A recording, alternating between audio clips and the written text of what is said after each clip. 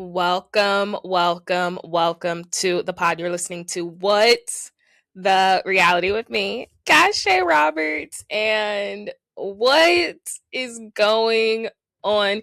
New hair, who this? If you're watching on YouTube, hello. I have to say hi to all of my new listeners because I just got some stats in, and honey, the numbers were up. Please make sure.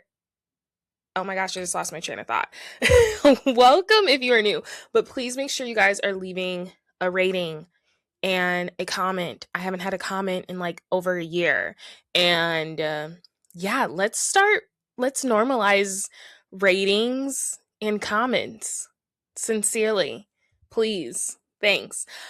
Welcome to all the new listeners. Welcome back. It's me, Kashay Roberts. So last episode, there was some indiscrepancies that I did not confirm, but knew would soon be confirmed once I hit that publish button. For some reason, I was getting a lot of Tuesday energy for the confirmation of this Amanda and West stuff, and I did not really want to upload an episode without that confirmation. Of course, I upload my episode, and then of course Tuesday rolls around and they confirm their romance. Everything I was saying on it's just so funny, you guys. Like, isn't that so funny? Like how I was like, I don't even want to talk about this until it's confirmed, and I knew it was going to be confirmed on Tuesday. Like, I didn't know personally, but you know when you just have a feeling. I think at that point the rumors had just been going on for too long. I'm like, they're going to make some sort of announcement diminishing this, fully backing this up by Tuesday, Wednesday, the latest, because I don't think you guys realized before this was confirmed, whether you are a new listener, whether you are a new watcher of Summer House, I don't think you guys realized before this was confirmed, there was just so much energy online of like, we're just finding a lot of stuff. A lot of things are happening and no one's saying anything. And I just felt like it had to be time for a confirmation. The fact that there wasn't a confirmation was just like, I don't even want to talk about it. But I don't know, something when I was recording, I was like, somebody's going to say something on Tuesday, Wednesday. I just felt like it was too heated for this to be April Fool's joke. I cannot believe people actually thought this was going to be an April Fool's joke. Like, let's not play with April Fools like that. Like, that's not the point of April Fools. April Fools is supposed to be, oh my gosh, I'm not coming into work today. You know, it's April Fool's Day.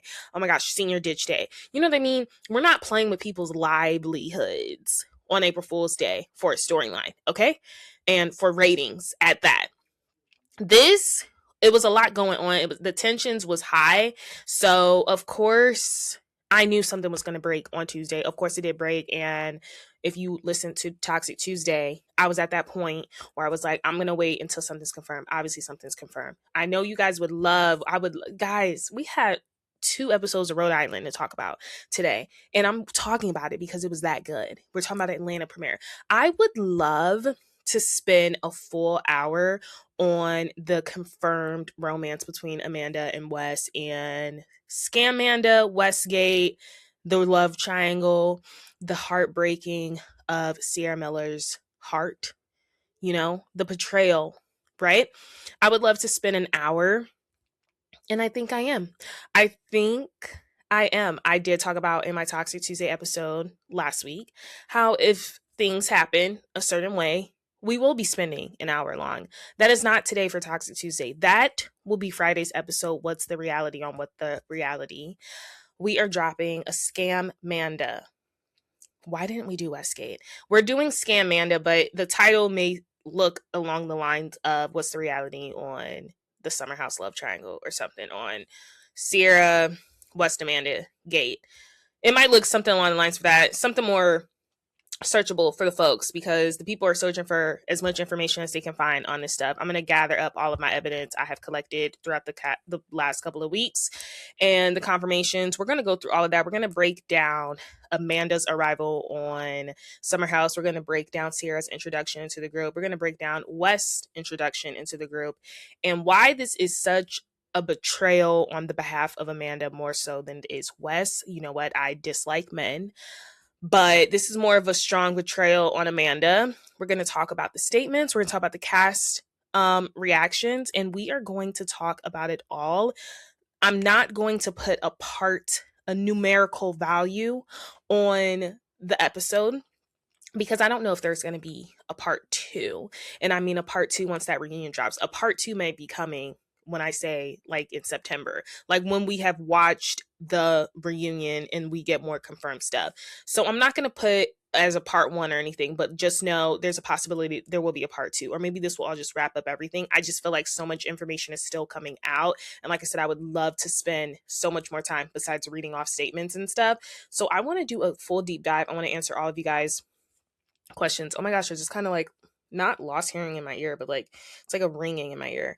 I do kind of want to just go over all of the stuff we are finding out and everything that is being confirmed when it comes to the Sierra Amanda West of it all. And we're going to be doing a full timeline of when I suspect things started happening. There were rumblings about December, but there's even rumblings happening as far as what we're seeing and why Kyle is possibly behaving the way he is behaving.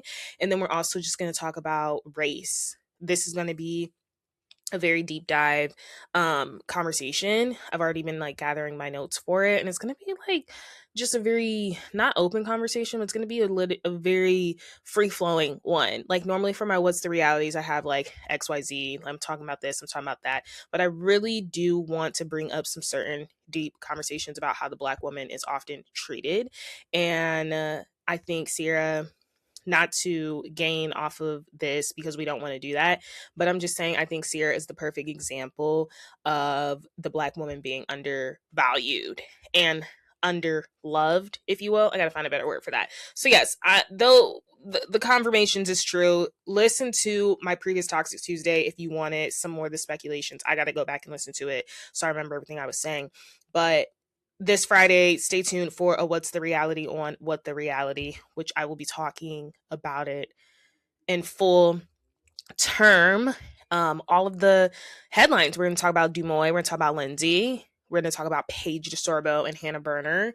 We are going to be doing a relationship timeline of the three. And like I said, they're all initial introductions into the cast because I think it is that important. And then, of course, if you don't want to hear it, race will definitely be a topic of conversation because how do you not bring up race when it comes to this love triangle that is going on? And I'm also going to talk about how insecure Amanda is, but we always knew that, right? Because she was the booty call turned wife who, let's not forget, Kyle cheated on her and then she accepted a ring the same summer. So that's that. I want to move into something that I have been binging and I've finished binging it.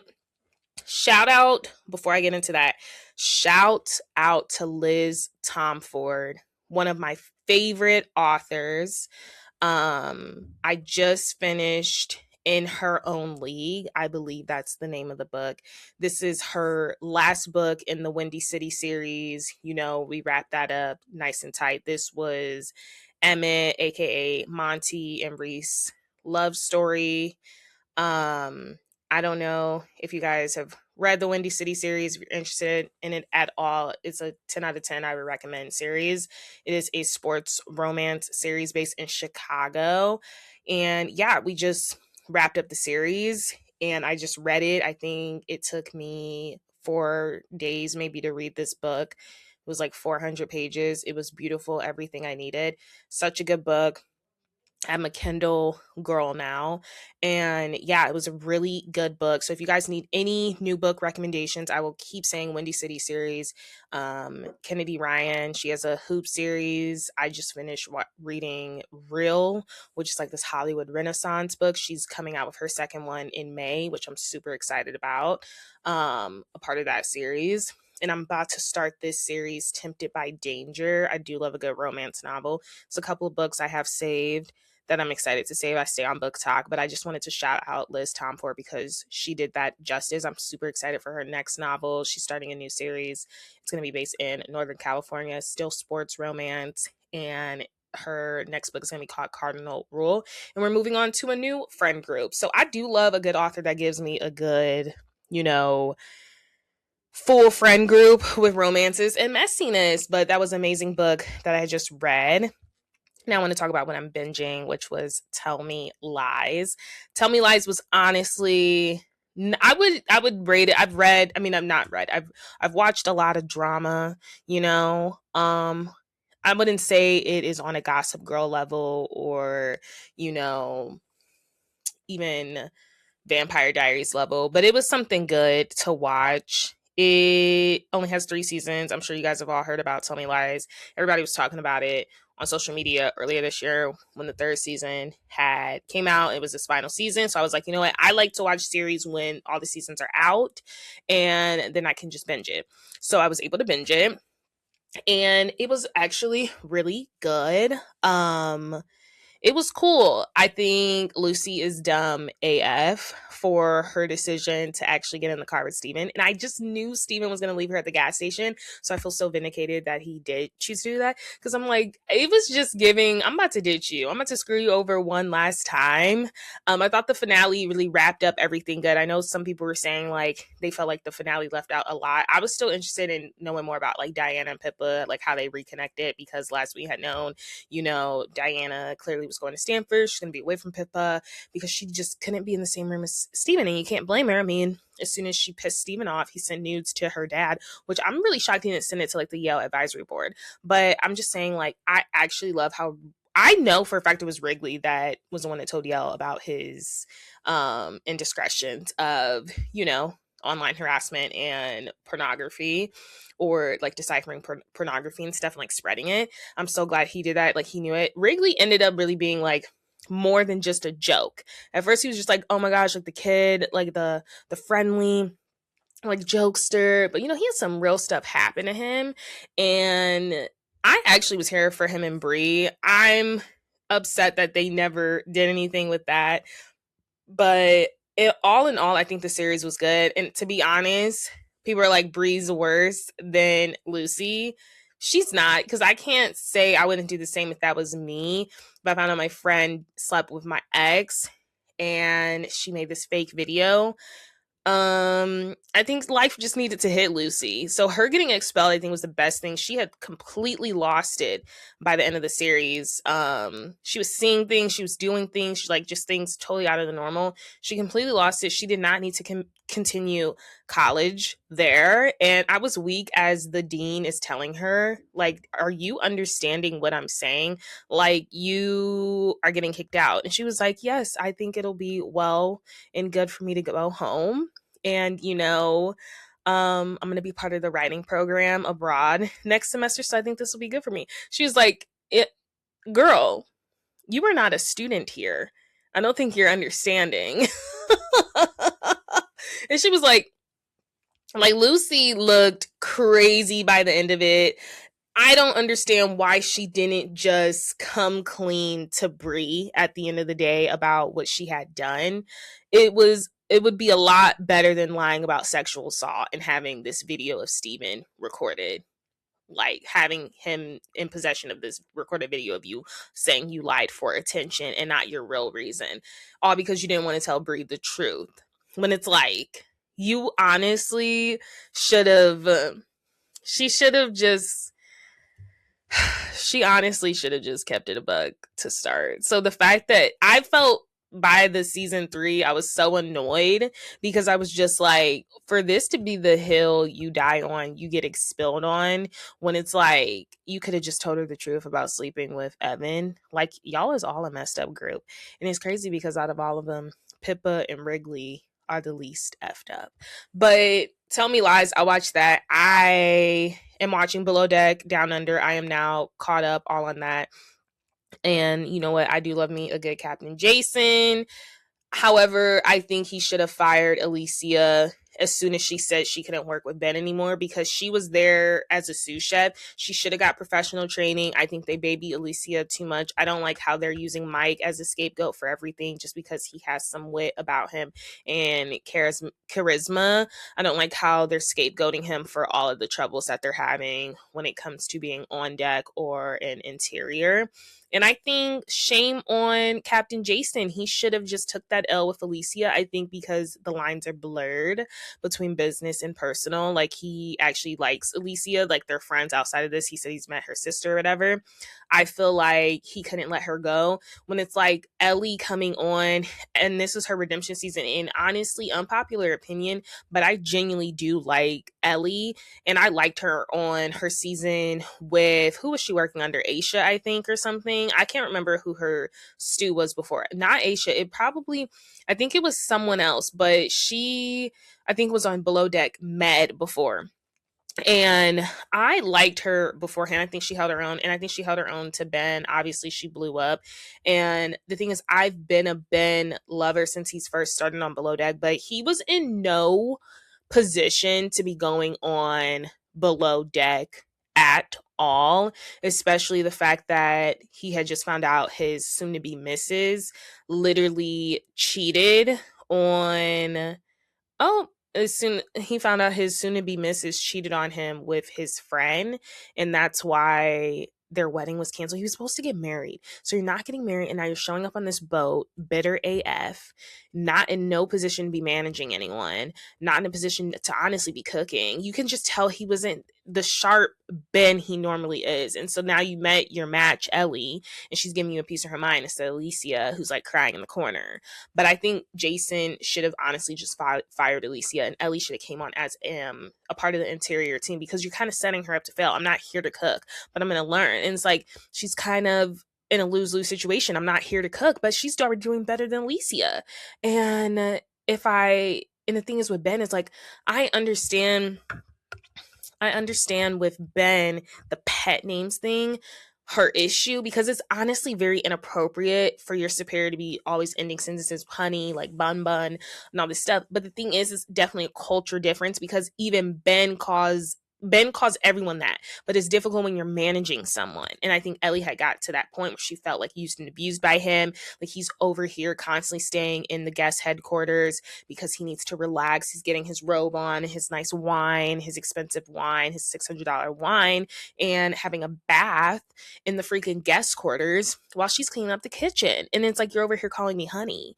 So I understand where Ellie's coming from, but I also understand Ben's personality, because we've seen it before, right? And he means no harm. He doesn't mean to like undermine her or make her feel inferior, but it is definitely a culture difference. And I think Ben could manage differently, especially not leaving your sous chef to clean up the kitchen while you go take a bath and enjoy a glass of wine. I would be kind of sick of it too if I were Ellie, especially if it's like, I look like this and now I'm constantly cleaning dishes and like cooking. Like, it's like, honestly, like, I'd rather be cleaning a toilet, and at least I'm able to be up for morning service and like delivering plates instead of like being the one that like has to do like the nasty stuff. And this comes from someone that enjoys cooking. But I'm just saying, I came on this boat to do a job. I'm already landed, and you're telling me my role is switching because you want to keep your friend on? You got to cut the BS, Jason. I still like Jason, but I'm just saying, I don't think as a captain, I don't think Sandy would have done that in a million years. I don't think Captain Gary would have done that. I don't think Captain, what's the original one? Why do I want to call him Jason too? I know his name. Captain Glenn. I don't think Glenn, was it Glenn?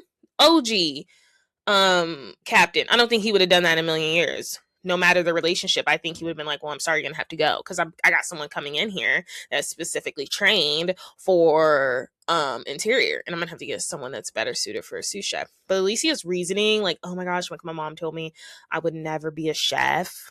I'm like, girl, if you don't put yourself through some schooling, she should have had some professional training done. And yeah, I hope Ellie and Ben work it out, because I actually do like Ben, but I do think he has had no business coming on, given his emotional stake and everything. I also started Ladies of London. I just started that, so I can't give you a synopsis on that yet, but like I said, I would definitely watch Below Deck, Down Under. Let's get into some reality topics, because of course there are some headlines. Sai de Silva's marriage apparently is over. So while you spent your last seasons on Real Housewives of New York constantly jabbing at Jessel's relationship and questioning the validity, the validity, how do you guys say it? The legitness of Giselle's relationship. You are over here with this man that you met in a bar. You were his bartender, and he was married at the time. And you were the young, hot bartender that got the man to leave his wife for you. And now he is leaving you. Let's go to the statement, you guys. Let's go to the statement. She is breaking her silence after this has happened. And he has filed for divorce against her. She said, "Thank you for the kindness, grace, and support so many of you have shown me." This is on her Instagram stories on Saturday. Happy Easter, you guys. I'm over. That's me, not Sai. I'm overwhelmed by all your messages, and it truly means more than you know. My heart is with my children, and my focus is on giving them as much stability and love as possible. Living life publicly isn't always easy, but it's a reminder that we should all lead with compassion. You never really know what someone is navigating behind the scenes. You're right, we don't, because you don't keep it a buck. You don't keep it a buck. I will say the last season I heard that he was barely on. I didn't watch the last season. I watched the first season. I only watched like the infamous Uba versus Bren scene, which is honestly disgusting, whatever happened. But I heard the last season her Sai's man was barely on there, whereas Jessel's man was all up in every single scene, as we know, and so is Aaron's husband. So we do know RHONY is currently filming, or they're gearing up to film for season. They should have just restarted it from the first season. But yeah, we do know that they're gearing up to film if they're not already filming. So we'll be getting at least some rawness from Sai when it comes to that.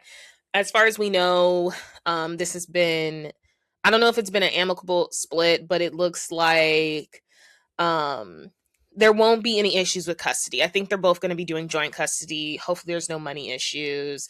The former couple met during a getaway in Costa Rica in 2009 and tied the knot in 2017. She said he typically likes to lead his life in private. I don't know if that's true though, because I thought on the show, or there was confirmed that she was actually like his bartender for something. He was married at the time. That's how they met. And then he like ended up leaving his wife for her. I thought that was the real tea, but page 6 is saying they met in Costa Rica. I don't know. I could have sworn she was like the other woman. Yeah, they kind of seem to have an okay relationship with, to me, at least when I saw the first season. But like you said, but like she says, like you don't really know what anyone is ever really going through behind the scenes of these shows. You really don't. You really do not. No. Another story we have coming in is about Taylor Frankie Paul. I'm keeping you guys updated with all the Secret Lives of Mormon Wife stuff. Taylor Frankie Paul is now denouncing Mormonism. She's leaving the Mormon church. Reveals she's had panic attacks in Dakota and Bachelorette scandal. The last 40 days felt like hell on earth. I can't even believe it's been 40 days since all this scandal has happened. So this is what she said on Instagram, or was this TikTok? It's one of the two. She said the last 40 days have felt like hell on earth. Through every panic attack, I prayed for strength as I could feel my body breaking down and out from the distress of it all. This is on Instagram, actually. She said that, let me see if I can just pull it up, the statement, because it's like not loading on here.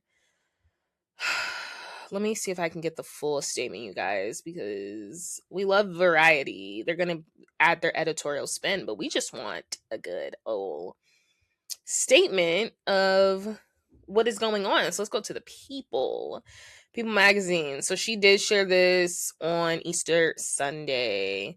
Okay.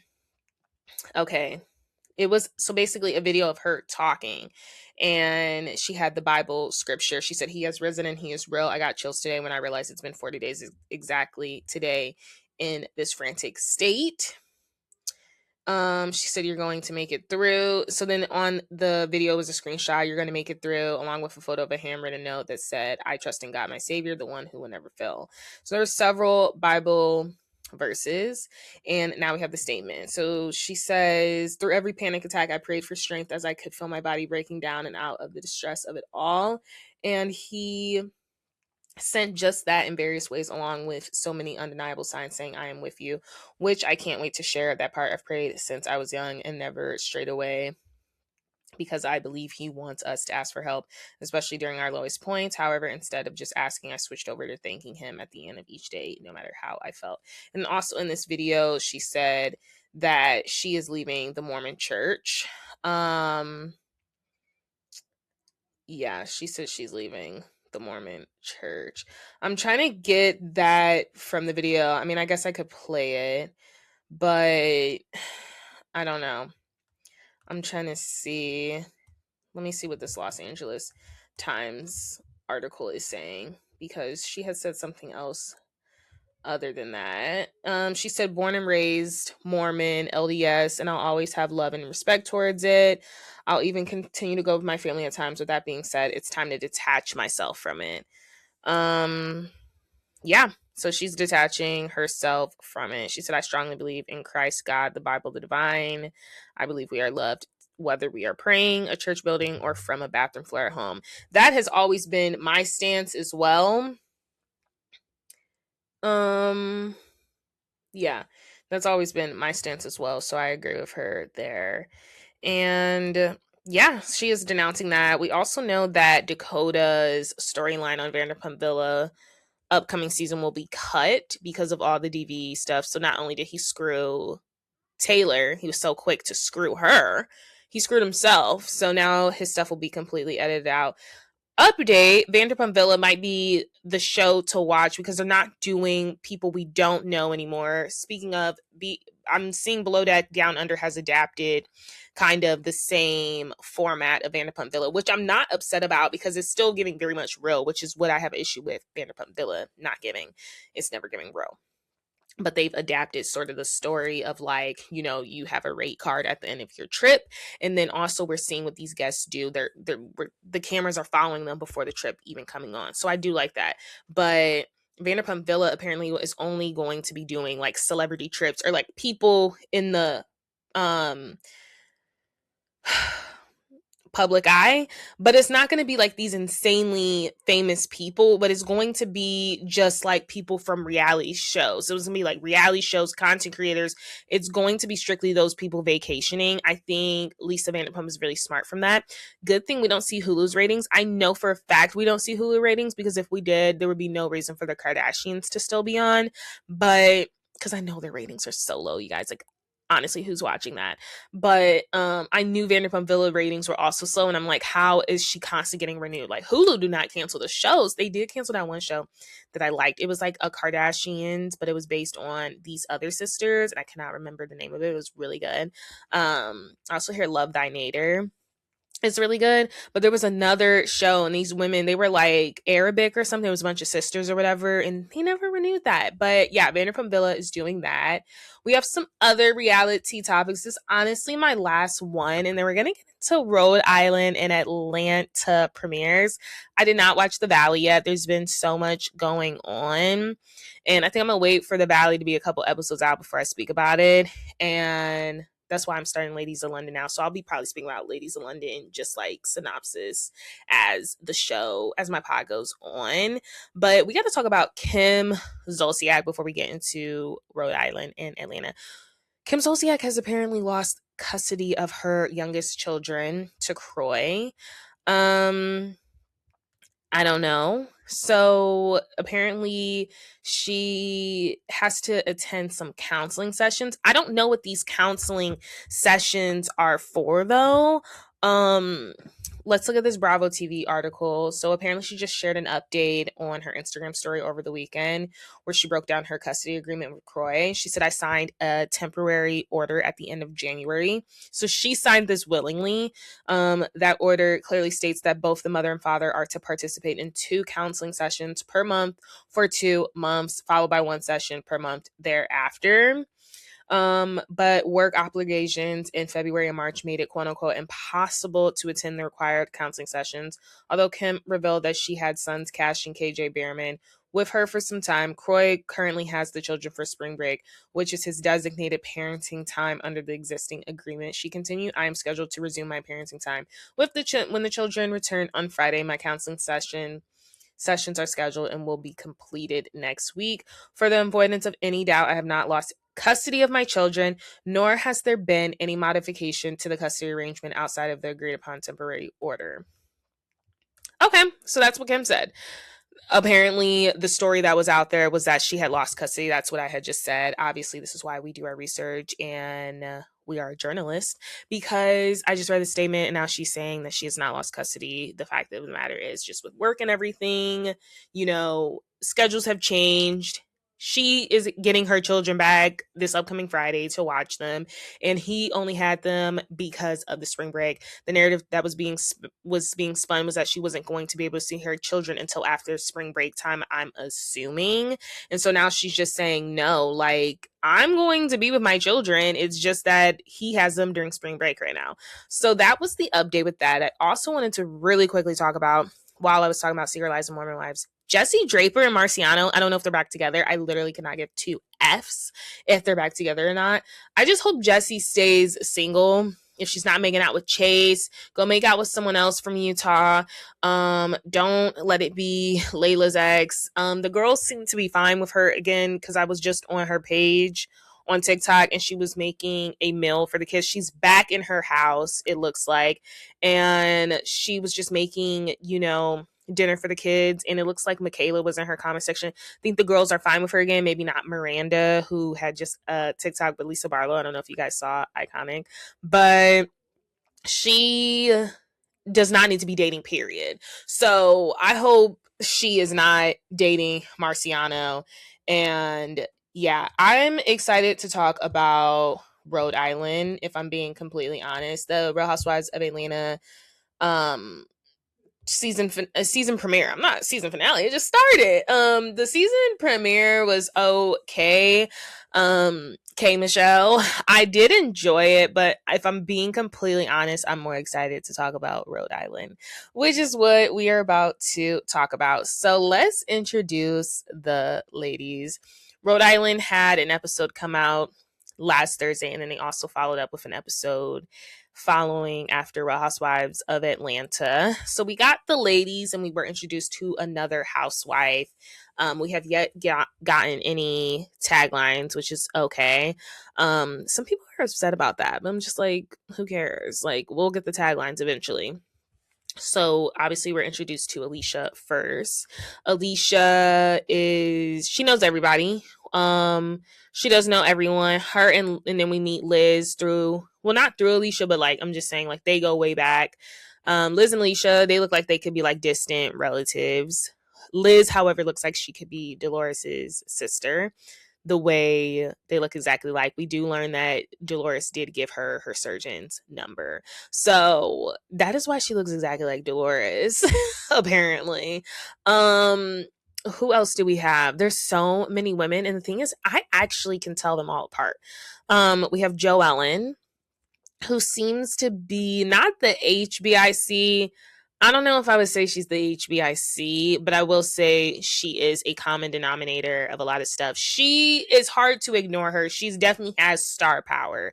I don't know if she's the HBIC. I'm still trying to see who's the HBIC. It's honestly could be a toss-up between Joellen and Liz, but I can't crown that yet.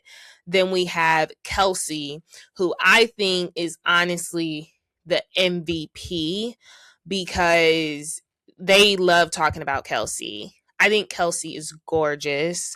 All of the women are honestly pretty, but I do think Kelsey is gorgeous. She is the one that is in the mix. The girls are talking about her relationships because she is the one that apparently has a man that stays with her for 6 months. He affords this lavish lifestyle for her. She doesn't have to do anything. And the girl just turned 30. So she's been in this decade-long relationship with this sugar daddy. And he spends 5 to 6 months of the time out of the year, half the year in Miami, with dating whoever. He's allowed to do whatever. And we just learned in this last episode that she actually has a boo thing who knows that she's living in this house, has his other lifestyle, and he's totally fine, okay, being the side piece. So she has 2 boyfriends. Also, Liz is possibly related to her husband. I did watch the after show, which was really good. I'm very confused about I'm very confused about how they're related because it is giving like distant related. And I'm not saying that's okay because incest, but I don't think there was any reproduction when it comes to the families to get both of them. So I will say that. And it seems as though they didn't find out they were related until they were deeply into the relationship. They didn't find out they were related until they were 6 months in to their marriage. So keep in mind they had dated 9 years prior to being married, I'm pretty sure. So they didn't find that out until ancestry was a thing. And then I guess some last names were getting crossed. And somewhere up the line, someone's great great grandparent and dated somebody else's great great grandparent or married them for like a year and then they weren't together. So that's very crazy. Then we have Rosie. Rosie is this reporter. Rosie is also gorgeous. Rosie is very confusing because one moment she's crying and then the next she's screaming. Rosie's manipulative. Rosie is a starter. She's a stirrer. She likes to mix up the pot, but that's what reporters do. You know, people don't like Rosie, but she's doing exactly what I would expect any reporter or someone that wants to get down to the bottom of it. She acts exactly how I would expect anyone to. Honestly, I find myself divvying between Rosie and Joellen because I'm just like, here's the facts. I have questions, you know what I mean? But then also talking crap. But if you call me out, I'm like, I did say that. And who else do we have? We have Ashley, who is from the Bachelor universe, and honestly, Ashley is like this, what do you call it? Transplant to Rhode Island. So it seems as though if you are not from Rhode Island, you are apparently, in the words of Ashley, sus. So she is basically infiltrating this group. She is from Jersey. And, you know, she's from the Bachelor Nation. I never watched her on The Bachelor, but I know that people do like Ashley from The Bachelor. So I do think a good amount of that audience will follow her into this new role because why not? She seems like a sweet girl. Her and her husband seem to have a good foundation, regardless of the fact that he loves to work too much. And it seems as though she's trying to get him to cut back on that so they can spend more time together. Like she's kind of concerned with her husband's happiness. So that we got that. And then we finally meet this woman. Her name is Ruella. Ruella. I think it's Ruella. Is it Ruella or Ruella? Ruella. I think it's Ruella. So Ruella basically is joining this show with current active claims that her man is cheating on her. He is currently in the midst of an affair. And the gag is that Joellen is the one that saw this. I guess she knows this mistress from kids daycare pickup. That's how she knows the girl. She was scrolling on Instagram one day and she saw this girl sitting on Ruella's man's lap. She sent this to Liz. Liz told Rula. I think it's Rula. She told Rula, and instantly, Rula went to Joellen. She wanted to see the picture. Joellen was not trying to send her the picture. She was like, girl, I'm not really trying to do that to you. Rula's like, you better send me the photo. She sends the photo, and of course, the messenger gets screwed because, of course, she stays with her husband. He, of course, tried to deny it, but once there's photo evidence, you can't really. The gag is with Rula, if she thinks that is over, the women, including Liz, who was supposed to be her friend, I think she's supposed to be good friends with Liz and Kelsey, though you can't tell by the way she treats Liz. We'll get into that. I think Liz was trying to actually warn her on camera because we see her try to like cover her mouth and she was like, Ma, it's still happening. They're all like, you do know he's still cheating on you. And then she's like, show me the proof. But the fact that it's even a question, he's definitely still cheating on her. And I think she's aware, but she doesn't want to give up her lifestyle. Rula is also this boss. She's this financial advisor. She has this financial company. And apparently she knows a lot of people that Joellen works with. Let's remember, Joellen works in aesthetic medical sales. Very nice role. So I guess Rula knows some of the people she works with. Once this information got out, her and her man decided to stick together. She tried to get Joellen fired by sending emails to her HR company and just spreading negative stuff about her, which is honestly, you guys, like insane. Like, you are going to the deep part of hell to really get somebody fired from the role. And yeah, so Joellen found out about Rula's husband cheating on her in December 2024, and we know that Rhode Island filmed much of December 2024.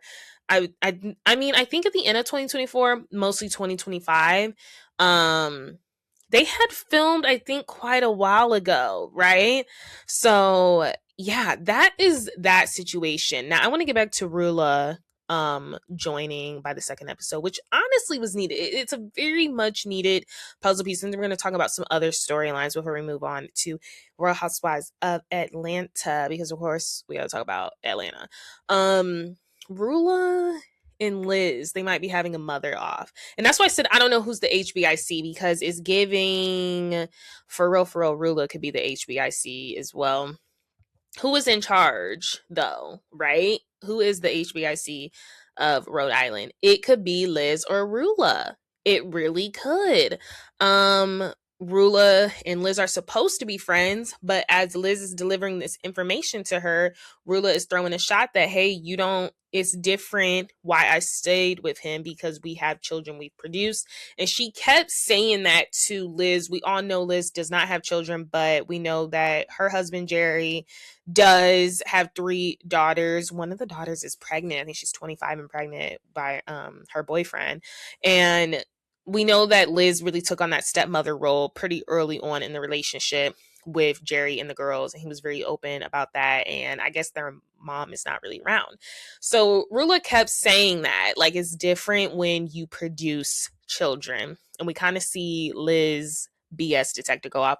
I genuinely like Liz. Liz is the one that looks like Dolores. She's like a high Dolores. She does seem always on something, but she is very quick to call you out. It looks like her and Kelsey are really good friends in the gag, the connection there. I love how they all know each other and go way back, y'all. I really do.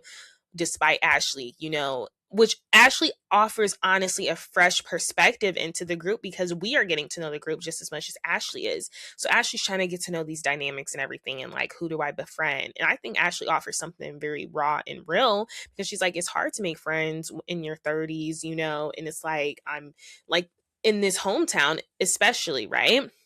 So we have, where was I going with that? Ruella, and Liz, yeah, there's something there. They're friends, but they're having a mother off. Let's just say that. So then we see that Kelsey and Liz are good friends. And it's crazy because Liz is the oldest and Kelsey is the youngest. Kelsey has just turned 30. And we know that Liz is 56. I'm assuming so. She's the oldest in the group. And Liz actually would hang out with Kelsey's man that she is aware of, like the sugar daddy. She's like, I grew up with him. So that's how she knows Kelsey.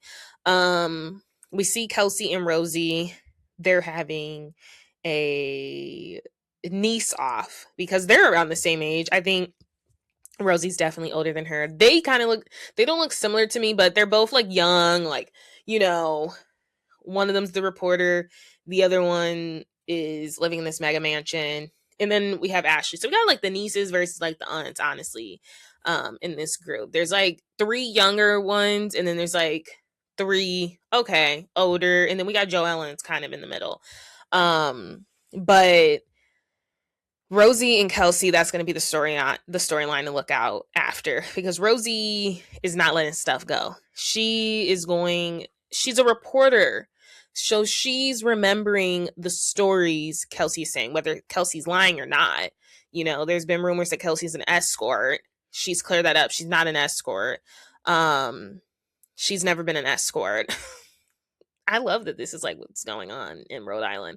Okay, and then some source of contention. We're seeing Alicia and Liz. They're going to also be having some tension. And it's crazy because they've known each other probably the longest. They grew up together.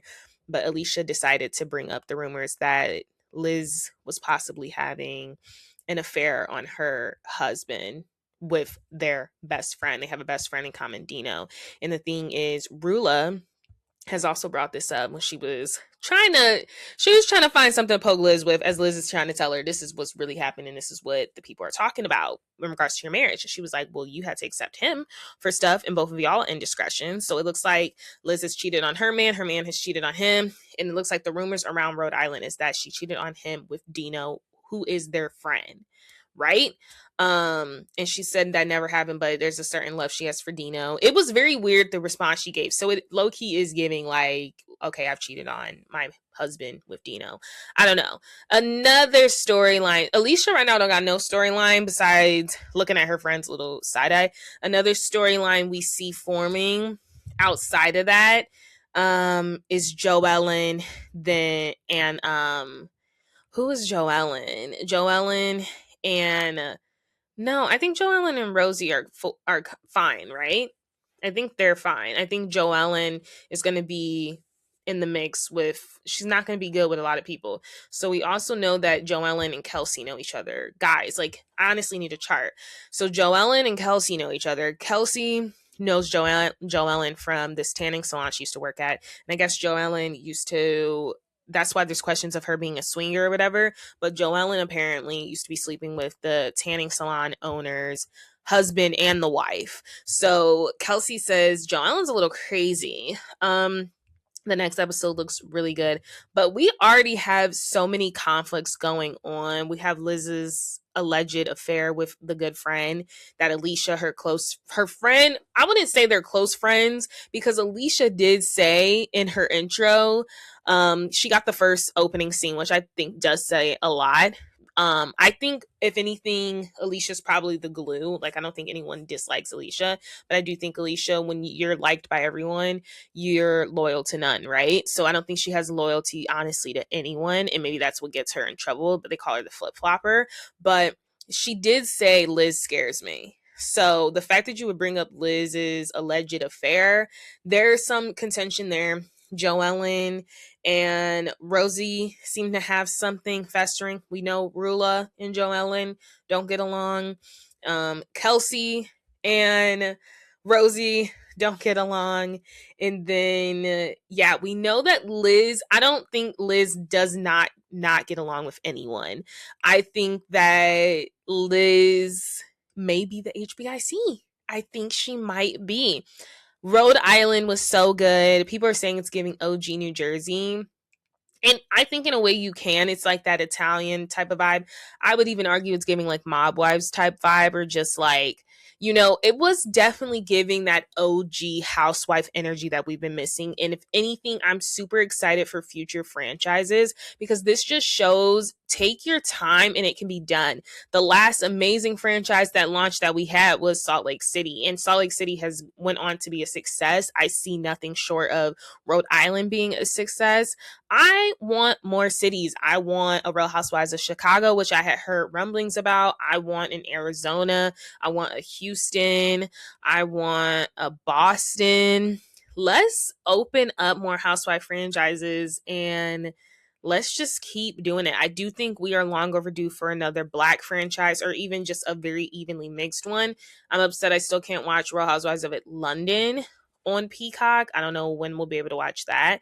But yeah, I would even say we need another California one. We need a Bay, San Francisco or something. There's just so many cities. And now that Miami's on pause, let's get some more housewife cities. But let's move on to that Real Housewives of Atlanta premiere. In terms of the rating for Rhode Island, I would give it a solid 8. I've been fed. I think the second episode was better than the first one. I think the first one we were really like learning the dynamics. I also feel like Ashley's not really in any mess with anyone. Like I said, she's really observing, which is really good. It's good to remain neutral right now. The after show setups are nothing short for me, and people are like, how do you know their names already? Like, I don't know, I just know their names. So the after show setup, before I move on to Real Housewives of Atlanta, we have, of course, Liz and Kelsey sitting together, And then we have Rula with Ashley, and who else is she with? Ashley is with Rosie, and then we have Joellen and Alicia. So that is the setup for the groups. And yeah, I think you guys should watch the after show. I know they were on Watch Women's Live. I haven't watched their Watch Women's Live episode. Like, all the girls were there. So I don't know. I just think it was a very good 2 episodes. Like I said, the second episode was definitely a lot better. And like I said, the first episode, they were kind of like setting the relationships because the girls are intertwined. And I think this is good when you find a solid friend group. And because Rhode Island is so small, you know everyone's business. So very interesting, and I'm excited to be recapping it, especially now that it's moving on Sunday nights following Real Housewives of Atlanta, which was back on our screens for Easter Sunday, and Portia's body was bodying. The confessionals were confessionaling. Like, I didn't see one bad confessional, maybe some bad lighting, but I didn't see one bad confessional last night watching Real Housewives of Atlanta. Everyone brought their A game. It was amazing to see K. Michelle on our screen. I even enjoyed Pinky Cole, who was honestly drunk AF with her drink spilling, just like Shamia. Everyone's saying Shamia got her body done, but I always thought her body was snatched, like breast sitting high, like waist snatch, butt on 10. Like, I don't know why people are saying she got her body done or what she got done, but what we do know is I was very interested to see like how K. Michelle would come into the group. So we know that Portia is introducing K. Michelle into the group. I guess they go way back. And K. Michelle honestly talks about like her struggle with living in Atlanta. And Atlanta's honestly been a mean girl with her. I know if you've watched Love and Hip Hop, K. Michelle is a veteran when it comes to reality TV. But I do know there's some rumblings of her being blackballed in Atlanta. And I didn't know if that was her attitude, if she's difficult to work with. But we're now following her on her journey in country music. I like her R&B stuff. I've tried to get with the country stuff. Hey, I'm a Cowboy Carter. I'm a fake country supporter. So I've tried to listen to some of her new stuff. I think I like one country song. I'm just not really into it, but I'm happy, because obviously we know Black people are the ones that originally started country, and that's what the cowboy has originally meant. It was for the Black cattlemen, the ones that were herd the cows and the cattles. And it's good to see Black people, Black artists reclaiming a genre that has always forever been ours, but like history reteaches itself to think that it was never ours. So I'm glad that K. Michelle is able to get into her country bag. And okay, Beyonce shout out in the first episode. And then she was saying Beyonce invited her to Cowboy Carter, and Portia's like, well, you're gonna need someone to hold like your purse, so I'll just come with you. But it was good to see K. Michelle. K. Michelle and Charles Oakley have some banter and some wit going on. It was good to see Angela. It was good to see Phaedra, even though we already caught her in a lie. Phaedra talking about she can request the footage for an Atlanta Hawks game to see if her friend was threatening Angela. And then the producer asked her, is like, you have access to the footage, the tapes? And she's like, no. Like, girl, Phaedra. Her confessional looked amazing, though. People are sick of the blonde. I'm kind of sick of the blonde. But like Phaedra's been eating up the blonde. So it's like people saying they sick of my black hair. I don't see me doing anything else other. Maybe a highlight there or two. But don't break it why would you fix it if it's not broken, right? The blonde eats. But the thing is with blonde, it's like you do get sick of it. No one ever gets sick of like a good black hair, like brown hair, you know what I mean? Like blonde, it's like yikes, Are you Beyonce? No. So what we're setting up, the girls are there. Shamia, Kelly, Drew. I said Angela, Portia. Cynthia opened it up. That was cute. We're setting up some future conflicts. It looks like Drew and Shamia are still going at it. Drew is dating Black after denying dating him. He was on FaceTime the whole time at Portia's couples event, so that was weird. In my Nene Leakes voice, it was very weird. He was on that FaceTime for at least 3 hours. Shamia and Kelly are best friends. I think when you have to go into a season like this is my best friend, it's because you guys are in an alliance. Like, why do you have to, oh, that's my best friend, that's my best friend. Like, how old are we? And I think it's honestly crazy that Shamia's going away basket for Kelly's daughter was a pregnancy test and bottles of champagne. insane. But you know, if they have that type of friendship going, I was chuckling at that. I was like, I know you was lying. What else is going on with the girls? The girls, yeah. So the girls are talking about Portia throwing an event, a couples event at that in the house that she won against the Simon thing. They're like, is that really her house? Yes. So I remember covering the Portia Simon divorce. I talked about that. I did a deep dive on that. Make sure you guys tune into that. You can find it in my library. Give me a 5-star rating and leave a comment while you're at it. I remember talking about that. I think she was awarded that home for at least 3 years. So that's not her forever home, but she was awarded that home through the whole divorce for the next 3 years. So she definitely will be living there. I think there was a certain day amount and people were like, oh, that's X amount of years. There's a certain months amount.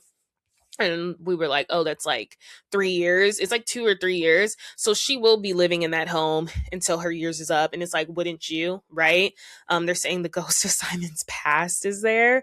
So whatever. I did find it interesting that Pinky Cole, we know she's going through all of this bankruptcy stuff right now. And I thought this was stuff that was playing out after the show had wrapped. It looks like she is talking about this on the show because we do see in the preview that she is having to tell her partner or whatever, like, I had to file for bankruptcy. So we're gonna see that also play out. I'm glad because I was like, dang, it's all of this happening after the show. Like, I wanted to see this play out during the show. So we're gonna see that play out, which I think is very interesting. And we know that Shamia has also introduced Pinky into the group. So there's going to be some sense of contention between Pinky and Kelly. And I was hoping not just because you both are in the food world, but it is giving that, just like it's giving Shamia and, or not Shamia, just like it's giving Drew and K. Michelle well, which honestly sucks because like they both were already throwing shade at each other about being singers. I was shocked to see Drew throwing shade about K. Michelle being a singer so early in the confessional because like Drew's normally not like that, but honestly, Drew is like that corny cousin you do have. Like, Drew is corny. I think the fact that she was on the phone with that man during the whole event was like insane. Like, just don't bring a date. Like, why is he still on FaceTime and willingly?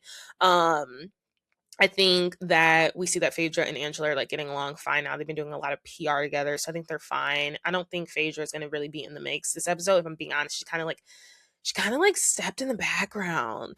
Like, besides her looks and her confessionals, which were hilarious, I don't know how much she really contributes to this group besides being Portia's right-hand man.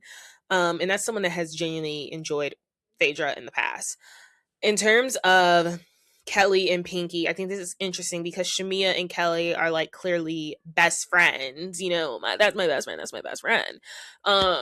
We see that Shamia is introducing Pinky into the group, and the gag is Pinky has apparently left Kelly on red multiple times. They have been on, you know, talks together, panels together about being two women in the food industry, Black women at that, and apparently Kelly has said she has left her on red, and I guess she has just turned to Pinky as like a strong businesswoman, especially in food, and Pinky has not returned the thought. So it'll be interesting to see what this does to Shamia and Kelly's relationship, because I always feel like when, like I said, when you start off, this is my best friend, it's an alliance, and then some stuff really pop off, because we've seen that's what happened with Kelly and Britt from last season, and then Portia and Shamia from last season. But other than that, I thought the premiere set up everything really good. I'm excited to see K. Michelle. I'm excited to see Pinky.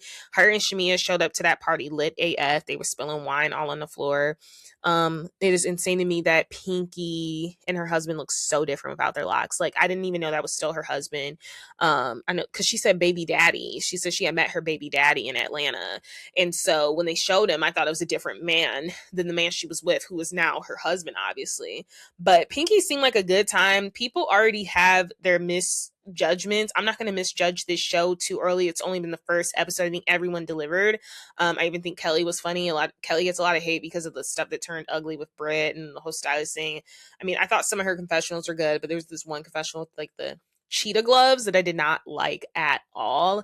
But the other two were cool. But I always feel like with Kelly, it's like Coco Chanel, like when accessorizing, when dressing, take off the last thing you had on. I just feel like Kelly overdoes everything. That's like you're already like fun size, like Snickers size, like, you know, the treat size, which is a good size to be. I mean, hey, like people used to say that about me, but it's like you can't do too much. Like it's like your hair, your makeup, your accessories, the furs. You got to do something. You got to do something a little less extreme. So you have one thing. And then also I think she needs like breast reduction. Her breasts are like way too big. Like they're clearly weighing her down. They're weighing her down, but not in a Brittany Cartwright way, just in a girl. Like you're already so cute. Like get those breasts redone. In terms of Brittany, Brittany just needed a whole new stylist. And you know what? Kelly do low-key need a stylist, but the thing is like she's just also so short, so it's difficult. Like you need a stylist for your height. They're accessorizing you and dressing you as if you are 6 feet tall, and honey, you are 4 feet tall. But other than that, I thought the episode was really well rounded. I would give that a solid 7. I'm excited for the season to progress. It's kept me interested. You know, I love Atlanta. If I'm being quite honest, I just was not expecting Rhode Island to shake me to my core like it has. And I was actually more excited watching Rhode Island than I was Atlanta. But I'm excited that both of them will be on Sunday. And that means both of their reunions will start lining up around the same time. Or I don't know if Rhode Island will have such a long season as Atlanta. I don't know. Sundays are so back. Toxic Tuesday is so back for What's the Reality. Why did I say what's the reality? Because I'm thinking about my episode that I gotta record. Toxic Tuesdays are so back for What the Reality with me, Kasha Roberts. Make sure you guys please start leaving 5-star reviews, 4-star reviews. We stopping at 4, okay? If you don't want to leave a review, you don't gotta leave one. If you don't want to leave a rating, we're not going under 4. So please leave a rating, leave a comment. Stay tuned for Friday's episode. We're breaking down Scamanda / Westgate, the Sierra West Amanda love triangle. I'm actually about to do my research now. I'm about to eat and get to researching now, gathering my findings, and stay tuned for that episode coming out Friday. Until the next time, I will see you guys next Toxic Tuesday. Bye.